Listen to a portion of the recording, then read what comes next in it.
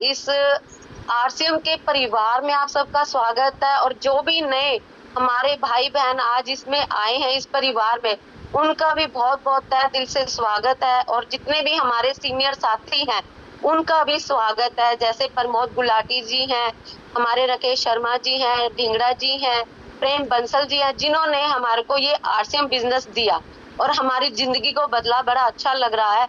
और मैं स्वागत करती हूँ कि आज जो रविंद्र कुमार जी ने जो अपनी स्टोरी सुनाई है, कहते हैं ना स्टोरी तो हर किसी की बन जाती है, लेकिन जो आरसीएम में आता है तो उनकी स्टोरी बन जाती है।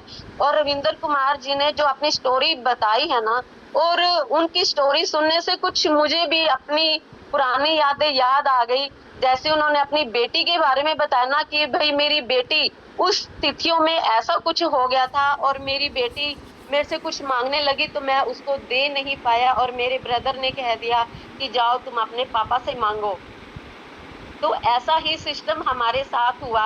और उतार चढ़ाव बहुत जिंदगी में आया, बहुत ऊंचाइयों पे भी गए और बहुत नीचे भी आए। ऐसा काम आया कि हमारे को कि कपड़े की फेरी करनी पड़ी। और एक टाइम पे अरोड़ा जी ने अपने बड़े भाई के साथ काम भी किया। और सेब का मौसम था तो सेब के मौसम में उनके भाई ने 3-4 किलो मतलब कि सेब लिए और इनको एक भी सेब का टुकड़ा नहीं दिया।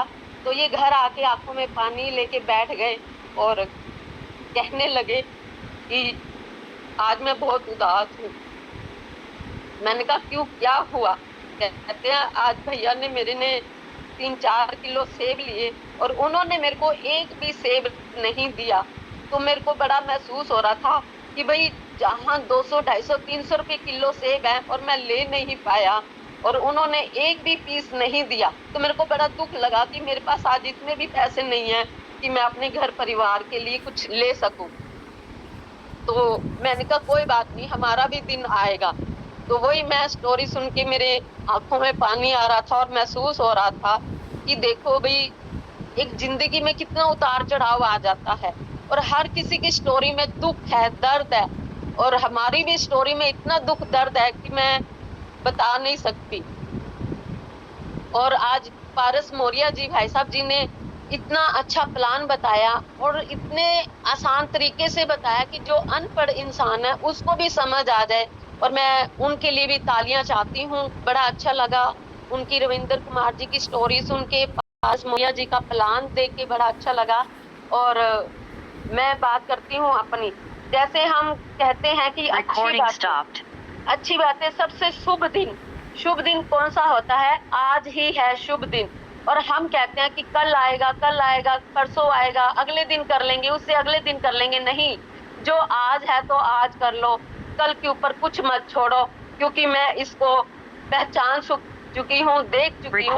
तो आज हमारे हाथ में आज ही रहेगा। हम बहाने बनाते रहते हैं कि हम कल कर लेंगे, परसों कर लेंगे, लेकिन हमने अपनी जिंदगी में जब जैसे ही हमारी जिंदगी में आरसीएम आया, हमने बहाने नहीं किए, हम थके नहीं, हारे नहीं, अके नहीं, परेशान नहीं हुए।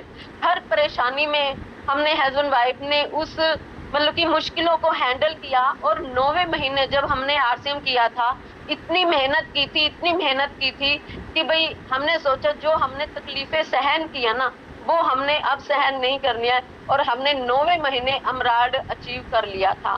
तो मैं आज आप सबको कहती हूँ कि आज का जो काम है ना और आज का जो टाइम है ना, आज पे ही छोड़ दो, कल के ऊपर मत छोड़ो, आज ही कर लो। हम कहते हैं ना कि अभी जाएंगे, कल जाएंगे, परसों जाएंगे, ये मत किया करो। और सबसे शुभ समय कौन सा होता है? अभी का होता है। अभी कैसे? जैसे कि हम कह रहे हैं कि भाई अभी करना है तो अभी करना है। हम कहते हैं नहीं, शाम को कर लेंगे, दोपहर को कर लेंगे, रात को कर लेंगे, जो प्लान देना है चलो थोड़ी देर बाद कर लेंगे, थोड़ा आराम कर लेते हैं। नहीं, हमें जो काम करना है आज करना है, आज के आज करना है और अभी के अभी करना पड़ेगा। तो हम कामयाबी ले सकते हैं, वरना हम पीछे रह जाते हैं। और सबसे बड़ी भूल क्या होती है कि हम समय को व्यर्थ गवाते हैं। समय को व्यर्थ गवाते हैं कि भाई हम सोचते ही रह जाते हैं और गवा देते हैं। हम अपने उस समय को भी गवा देते हैं। और कभी हर पल, हर समय, हर घड़ी एक जैसी नहीं आती। आज मैं आप सबके सामने सुबेरे बैठी हूँ ना, ये शुभ घड़ी, ये सुबह का टाइम कभी नहीं आएगा, फिर बार बार कभी नहीं आता। हम जैसे आलू मटर की सब्जी खाते हैं, पराठा खाते हैं, कहीं होटल में घूमने जाते हैं, कहीं पे भी, तो वो पल दोबारा नहीं आता। जैसे कुछ समय पहले अरोड़ा जी मेरे साथ थे, आज नहीं है। तो मैं वही कह रही हूँ कि अपने समय को व्यर्थ ना गवाओ, और इस समय की उसको समझो कि भैया आप क्या करना चाहते हो। और दूसरा, सबसे बड़ी बुराई क्या है, लेकिन हमारे को आलस के मारे पड़े रहने से कुछ नहीं मिलने वाला।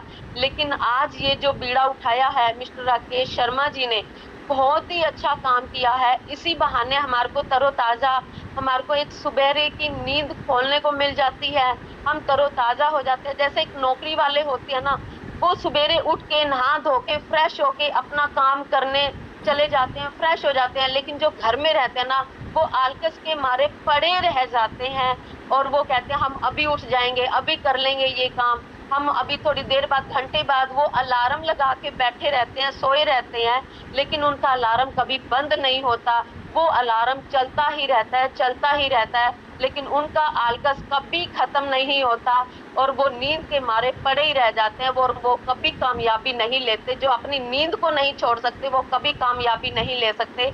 जो अपने आप को कामयाब होना चाहता है, अपने बच्चों का भविष्य बनाना चाहता है, और मैं ये भी कहना चाहती हूँ कि ये भविष्य कहानी आपकी आरसीएम में ही बन सकती है। आपका जो भविष्य, आपके बच्चों का अच्छा भविष्य है, वो आरसीएम में ही बन सकता है और कहीं नहीं बन सकता। चाहे आप नौकरी कर लो, दिहाड़ी कर लो, कोई भी काम कर लो, आपका भविष्य नहीं बन सकता। अगर बन सकता है तो आरसीएम में बन सकता है। और मैं आप सभी को हाथ जोड़ के विनती है कि आप अपनी नींद को छोड़ो, अपनी नींद को त्यागो और आगे बढ़ो। और आपको घर से बाहर तो निकलना पड़ेगा। देखो, हम हस्बैंड वाइफ दोनों घर से बाहर निकल जाते थे। हमारे छोटे छोटे बच्चे होते थे। एक मेरा बेटा 1 साल का था और दूसरा बेटा मेरा 6-7 साल का था, और छोटे बेटे को वही संभालता था। और हम उसको बनी बनाई सब्जियां जैसे रेडीमेड आती थी डब्बों में, हम उनको वही दे के और कमरे में बंद करके चले जाते थे। 10-10, 15-15 दिन ऐसे ही छोड़ के चले जाते थे। सभी हमारे को पागल बोलते थे, बेवकूफ बोलते थे, कहते थे अब अपने बच्चों को कुछ हो गया तो फिर क्या करोगे ऐसे पैसे का। मैंने कहा हमारी जिंदगी में पैसा होगा तो हम अपने बच्चों को भी बचा लेंगे। और आज हम आपके सामने हैं, और मैं वही कहती हूँ कि आपको कामयाबी मिल सकती है तो आरसीएम से मिल सकती है। और हम घर से बाहर निकले। जब तक लोग अपने घर में बैठे रहेंगे और अपने घर के परिवार को पकड़ के बैठे रहेंगे, अपने घर से बाहर नहीं निकलेंगे, शहर से बाहर नहीं निकलेंगे, शहर से एक दूसरे शहर नहीं जाएंगे, तो कामयाबी जल्दी नहीं आएगी। हमने बहुत से शहर चेंज किए, कभी यूपी गए, कभी बिहार गए, कभी कोलकाता गए, कभी हिमाचल गए, कभी कहीं गए, कभी कहीं गए। तो हमने इतनी जल्दी कामयाबी इसीलिए ले ली। जो घर में बैठे रहते हैं वो कभी कामयाबी नहीं ले सकते, और घर से बाहर निकलना पड़ेगा, घर को छोड़ना पड़ेगा, तभी कामयाबी जल्दी मिलती है और तभी उनके बच्चों का भी भविष्य बनता है। और आज मैं आपके सामने हूँ, अरोड़ा जी नहीं है, लेकिन आज हमारे को किसी चीज की भी परेशानी नहीं है। आज मेरे बेटे, मेरे बच्चे जो भी मुझसे मांगते हैं ना, और मैं उनको फट से दे देती हूँ, ये लो बेटा, ये ले लो आप। अगर हम आरसीएम नहीं कर रहे होते और मेरे पास रोल्टी इनकम नहीं होती, तो सोच के देखो आज हमारे घर का भविष्य क्या होता, मेरे बच्चों का भविष्य क्या होता।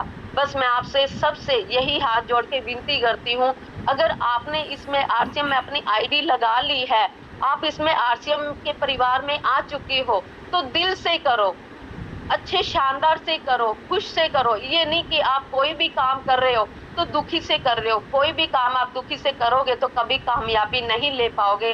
खुशी से करो, दिल से करो, तहे दिल से करो और घर से बाहर निकलो। इसमें आपकी जिंदगी तो कट गई है, लेकिन आपके बच्चों की जिंदगी नहीं कट पाएगी। अगर आरसीएम में आए हो तो दिल से आओ और अपने बच्चों का भविष्य बनाओ। बस मैं आपको यही कहना चाहती हूँ, और मैं ज्यादा कुछ नहीं करना चाहती और ना मैं कहना चाहती हूँ।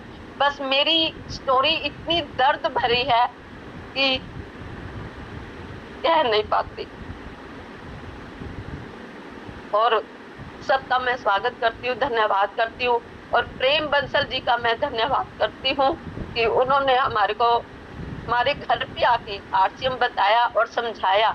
अगर वो हमारे घर पे नहीं आते, आरसीएम के बारे में नहीं बताते, नहीं समझाते, तो मेरे हस्बैंड मिस्टर राकेश अरोड़ा, हम इतनी ऊंचाइयों पे थे कि हमारे को एक टाइम ऐसा भी आया कि हमारे को ऑटो चलाना पड़ा। 2-2 रुपये माँग-माँग के हमारे को एक जीवन व्यतीत करना पड़ा। तो आप सोच के देखो वो कहानी कैसी, और आरसीएम में आने के बाद कैसी कहानी है कि मैं 4-5 महीने घर से बाहर भी नहीं निकली, और फिर भी देखो कंपनी ने, टीसी सर ने हमारे अकाउंट में लाखों रुपए की इनकम डाली।